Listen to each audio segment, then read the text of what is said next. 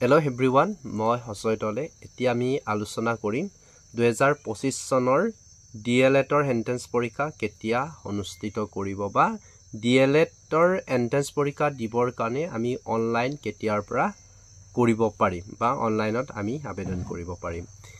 এতিয়া বহুতে মোক প্ৰশ্ন কৰি আছে যে এই বছৰ অৰ্থাৎ 2025 চনত ডিএলএডৰ এন্ট্ৰেন্স পৰীক্ষা অনুষ্ঠিত নহয় বুলি শুনিছো, অসানে মিছা।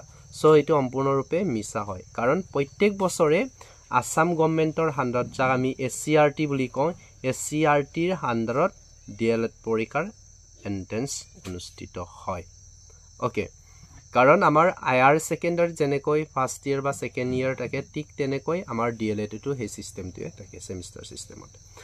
এতিয়া বিষয়টো হৈছে যে আমাৰ এই বছৰ অৰ্থাৎ 2025 চনত প্ৰি এন্ট্ৰি টেষ্ট যাক আমি ফেট বুলি কওঁ, সেই এক্সাম কেতিয়া অনুষ্ঠিত হ'ব।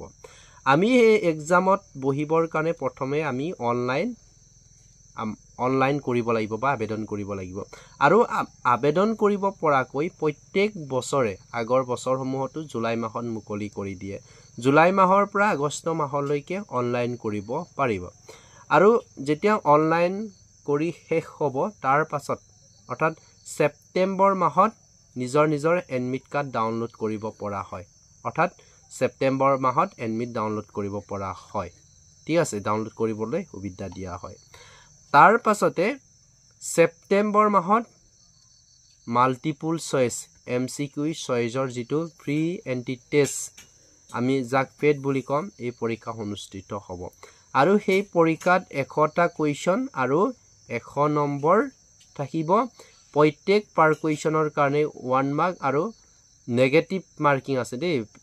ৰং কুৱেশ্যনৰ কাৰণে পেনাল্টি মাৰ্ক পৰিব 0.25। মই যোৱাকালি এটা ভিডিঅ' দিছিলোঁ, সেই ভিডিঅ'টো চাই ল'ব, গোটেইখিনি তাত কোৱা আছে এক্সাম পেটাৰ্ণৰ ওপৰত।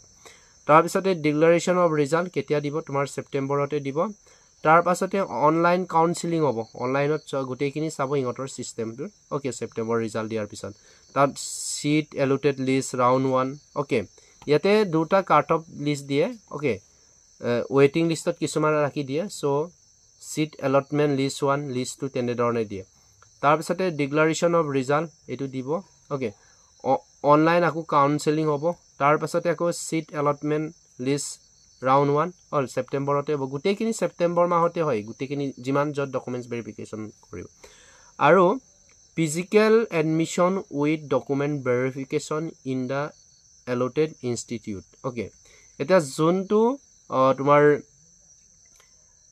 কোৰ্স বা ডিএলএড চেণ্টাৰ ষ্টাডি কৰিব, তাত যাব লাগিব এডমিশ্যন, আৰু সেই সময়তে ডকুমেণ্টছ ফিজিকেল ডকুমেণ্টছখিনিও চাব, নিজে যাব লাগিব। আৰু ডকুমেণ্টছখিনি যিখিনি প্ৰয়োজন ৰিকুইৰমেণ্ট ডকুমেণ্টছ হয় এইখিনি চাব।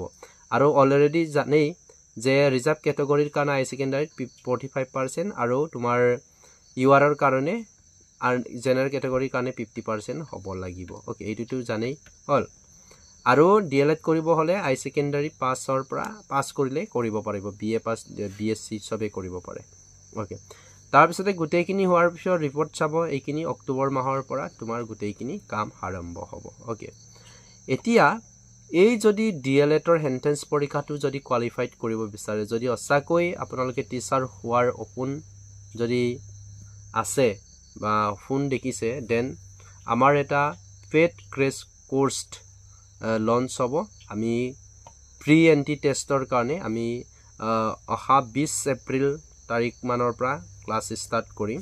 যেতিয়া সেইকেইদিন ইলেকশ্যন কিবা কিবি এনেধৰণে যাব বা বিঅ'চি বুলি আমি তাৰ পৰা আৰম্ভ কৰিম। আৰু আমাৰ এমাউণ্টটো বেছি নহয়, অনলি 299 ৰুপিজ হয়। আৰু ডিটেইলছ জানিবৰ কাৰণে মোক সেই নাম্বাৰত কণ্টেক্ট কৰিব পাৰিব। আৰু লগতে এটা কথা মই শ্বেয়াৰ কৰিব বিচাৰিছোঁ, যিসকলে এই আমাৰ কোৰ্সটো লোৱাৰ পৰা ডিএলএড ফেটত উত্তীৰ্ণ হ'ব বা ডিএলএড পঢ়িবৰ কাৰণে চান্স পাব, এই ডিএলএড পঢ়ি থকাৰ সময়ত লেচন প্লেন কেনেকৈ বনাব লাগিব বা সেমিনাৰ কেনেকৈ বনাব, বা সেই পঢ়ি থকা সময়তে যদি আসাম টেট বা সি টেটৰ কাৰণে প্ৰিপাৰেশ্যন কৰিব বিচাৰে, তেতিয়াহ'লে আমি কেনেকৈ প্ৰিপাৰেশ্যন কৰিব লাগে সেইখিনি মই গাইড কৰিম। কাৰণ মই নিজে তোমাৰ টেট সি টেট কোৱালিফাইড কৰি পেলাই এছিষ্টেণ্ট টিচাৰ হিচাপে কাম কৰি আছোঁ।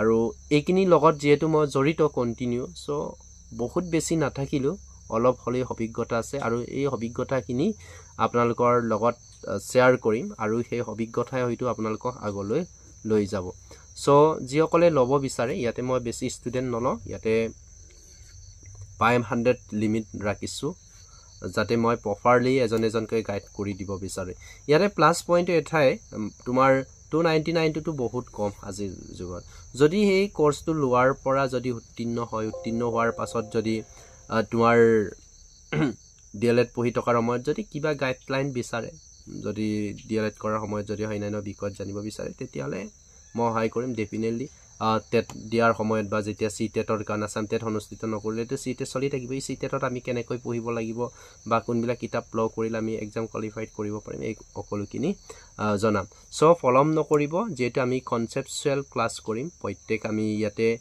অনলাইন পেমেন্ট কৰিব লাগিব ইয়াতে গুটেখিনি মই পঠাম আপোনালোকে ইয়াত যোগাযোগ কৰিব আৰু উইকলি এটা টেষ্ট লম এমসিকিউ টাইপত ওকে টেষ্ট সিৰিজ হিচাপে এইখিনি চাব আৰু আপোনালোকৰ প্ৰবলেম কিনি শ্বেয়াৰ কৰিম আমি আলোচনা কৰিম কেনেকৈ পঢ়িলে আমি এক্সামটো ক্লিয়াৰ কৰিব পাৰিম ঠিক আছে আৰু এটা কথা মনত ৰাখিব কোৰ্স লগ বা নলগ কৰ পৰাই লগ একো ডাঙৰ কথা নহয় জৰ পৰা আপোনালোকে ভাল লাগে তাৰ পৰাই ল'ব কিন্তু ডিএলএড কৰি টকাৰ সময়তে কেইটামান টপিকৰ ওপৰত আমি বহুত গুৰুত্ব দিব লাগিব আৰু সেই টপিকসমূহে আমাক টেট এক্সাম দিওতে বহুত কিনি সহায় কৰিব ওকে এইখিনি চাব আৰু টেট দৰ কাৰণে ডিএলএড পঢ়ি টকাৰ সময়ৰ পৰা সমানে প্ৰিপাৰেচন কৰি যাব লাগে ওকে ঠিক আছে ইমানখিনিয়ে ক'লো আৰু যদি সঠিক জানিব বিচাৰে দেন এই নম্বৰত মোক কন্টাক্ট কৰিব পাৰিব